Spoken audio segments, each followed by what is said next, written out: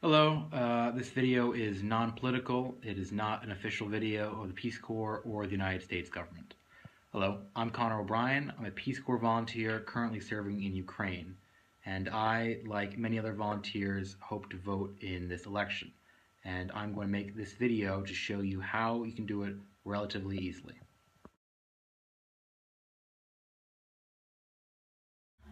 Okay, first we're going to want to go to fvap.gov.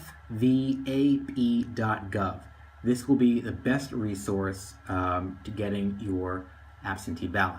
I'm going to assume for the purpose of this video that you are already registered. I have not registered using this website, so I'm not a good resource to explain it. Now, assuming you've already registered, we're going to go right here. We're going to select our state. Now, my state is Connecticut, so I'm going to select Connecticut. Each state has a slightly different process for how they go about getting their absentee ballots. So, whatever state you're from, you're going to want to read all the instructions very clearly because they might be slightly different from this video. Now, to get the absentee ballot, we are going to fill out a form on this website. We are going to print out that form, send it to our local town clerk. They will then send an absentee ballot to us. We will fill in our candidates and we will send it back to the town clerk. This is the deadlines that we have. So you need to send in that first ballot request, that is the form that we're doing today, by November 5th. You need to return your ballot by November 6th. So if you already have your ballot, but you haven't sent it by November 5th, you are in for some trouble. Now, we're going to go right here to request a ballot. Some states have their very own online form for it. Connecticut does not. However, the federal government has their own form, which is very easy to use. Okay. You fill it out, you review it, you print it, you sign it, you mail it. Very easy. This is a privacy statement. We hit yes. Now, we select our state again, it's Connecticut. We hit next. Jurisdiction. I'm going to pick a random town, let's say Coventry. Okay. Hit next again. I am a U.S. citizen residing outside the United States. I intend to return. Not all Peace Corps volunteers intend to return. It does not affect your voting. Go to next.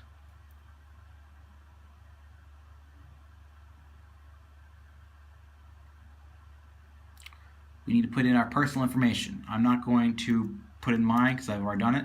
So I'm just going to use a fake name. So Tom Smith. Okay. I'm going to put in you're going to want to put in all your information on here, including your date of birth. I'm just going to use a random one for the purposes of this video. Now, you're also going to want to put in your social security or your driver's license number. This is so they can verify who you are.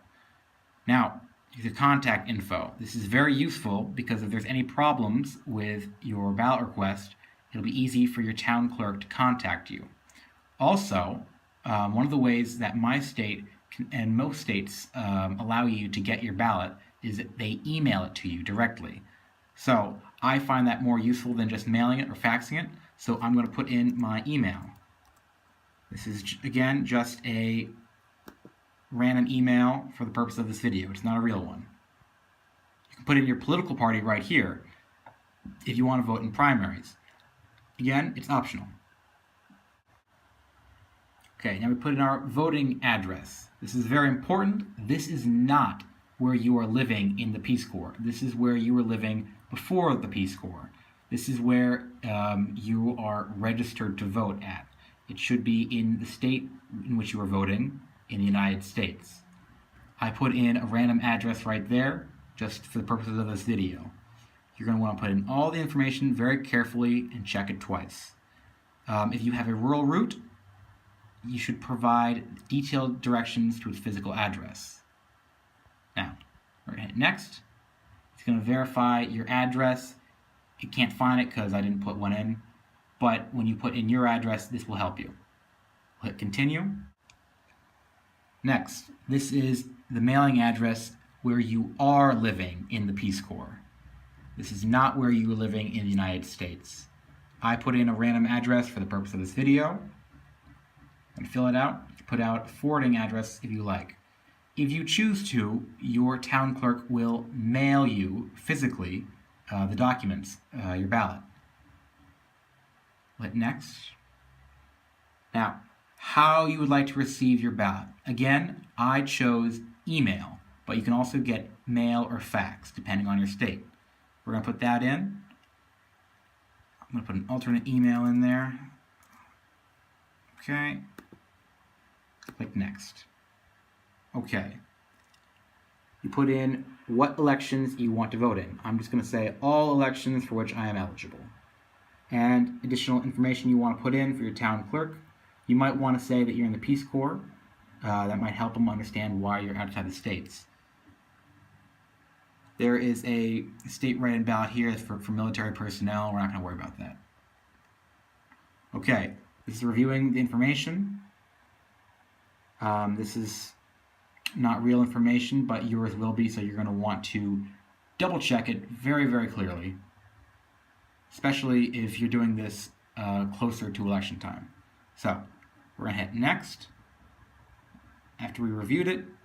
Now you're going to get a form in PDF form. We're going to download it right here, and we're going to sign it.